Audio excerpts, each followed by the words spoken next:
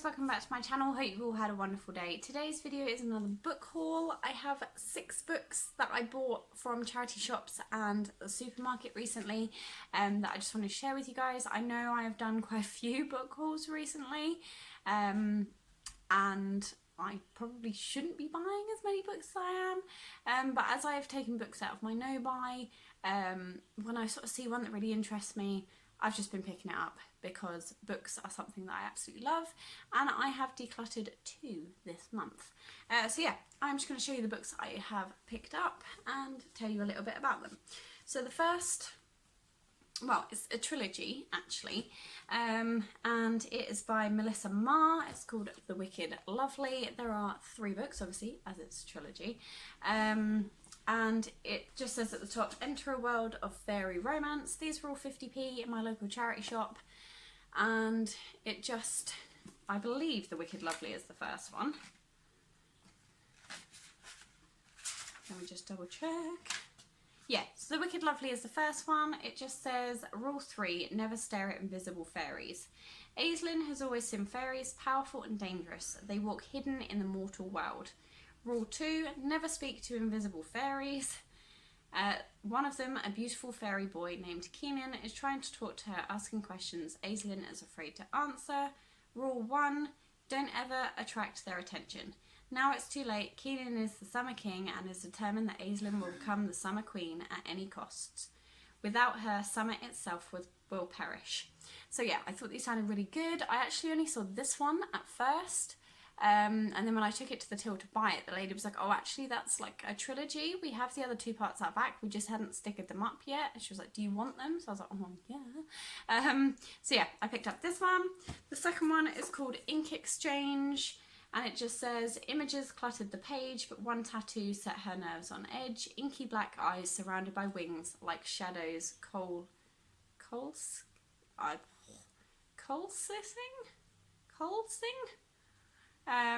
Mine. The need was overpowering. Leslie looked up. This one, she said. I need this one.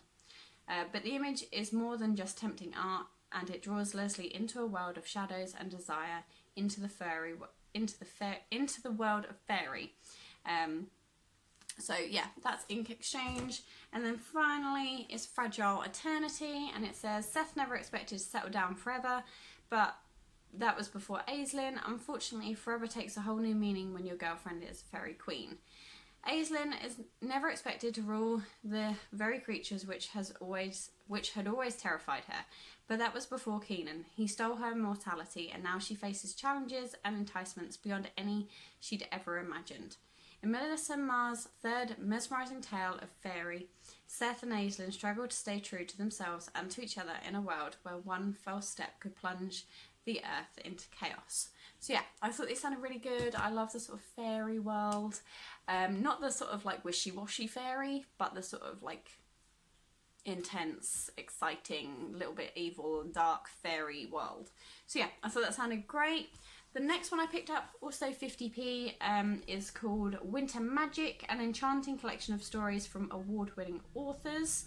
So yeah, it's just Christmassy stories written by Michelle Harrison, Piers Torday, Lauren St. John, Amy Allwood, Catherine Woodfine, Geraldine McCorrine, Burley Doherty, Jamelia Gavin, Michelle Morgorian, Emma Carroll, and Abby Elphinstone. And yeah, so there's 1, 2, 3, 4, 5, 6, 7, 8, 9, 10, 11. So there's 11 individual stories in here, just little short ones. And it just says, winter is a season that sparkles with magic and transforms our ordinary world into a glittering kingdom. Rooftops covered in snow, lakes glazed with ice, and windows frosted white. It is a time of year that invites exploration and whispers of adventure. And at the heart of it all, there is a sense of longing for snowflake stockings and sledging, of course, but also for stories. There's a bit more of an introduction there from the lady that put it together. Abby Elphinstone. Yeah, so there's a bit more to it in there, but I'm excited. I love Christmas, and I thought having sort of little mini stories here and there whilst I'm doing my 19 books in 2019 would be really cool. Next up is another one, 50p, and this is the perks of being a wallflower. Now, I have seen this talked about on a lot of different booktubers accounts recently, and I've sort of been watching other people's readathons and things, and this one cropped up a couple of times, and I think I saw it in about 2 or 3 different charity shops.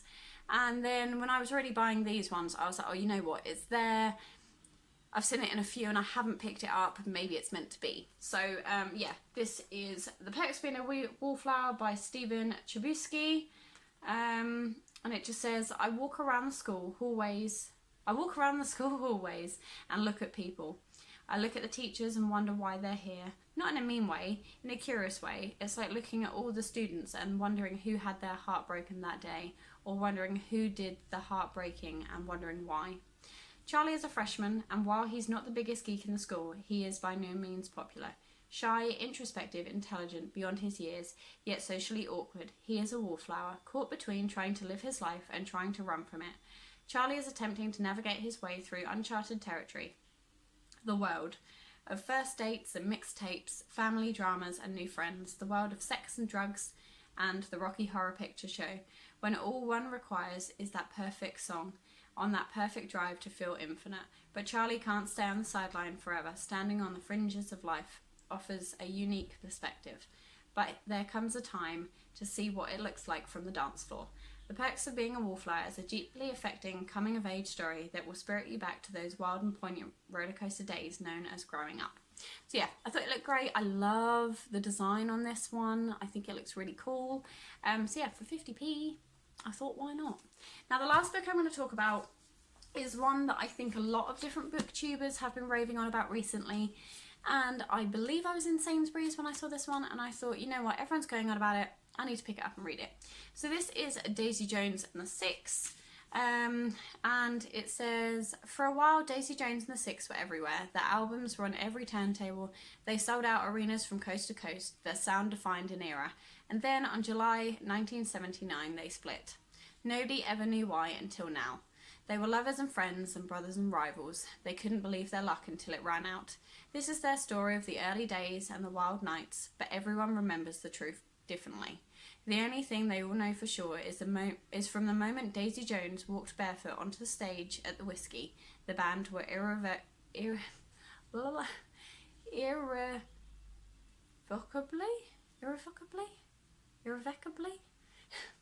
irrevocably changed. Making music is never just about the music, and sometimes it can be hard to tell where the sound stops and the feelings begin. Now, from what I have heard of this, it's all told in like interviews, so you experience each person and their sort of story through snippets of interviews, and then it all sort of comes together. But yeah, I am really, really excited to give this a go. I have heard so many people rave on about how good it is, and yeah, it was just something I thought I would be quite interested in. And it kind of, from what I've heard about it, kind of reminds me a little bit of the Still Crazy film with Bill Nighy and Jimmy Nail and somebody else in it. It's one of my favourite films. I absolutely love it, and it's about a band that were really great in the 80s, 70s and 80s, and then they split, and then it's about them coming back together and things like that. It's hilarious. It's really, really good. I love it. And yeah, Strange Fruit. If anyone has seen it, let me know in the comments down below, because I love that film and I would love you guys to know what I'm talking about. But yeah, this one kind of reminded me a little bit of that. So I am excited to give Daisy Jones and the Six a read. This was $5.99, I believe, in Sainsbury's. So it's not particularly expensive, but it's more than I tend to pay for books, as you've seen with my sort of 50p ones from the charity shop. So yeah, that is all the books I have picked up recently. I am hoping to not pick up any more, but honestly, I can't promise you. So yeah, they're the 6 books I picked up. If you have read any of them, without spoilers, let me know what you thought in the comments down below. Let's get a bit of a conversation going. And yes, if you have heard of Still Crazy and Strange Fruit, then let me know, because I would love to hear what you guys think. Take care, and I will see you guys very soon.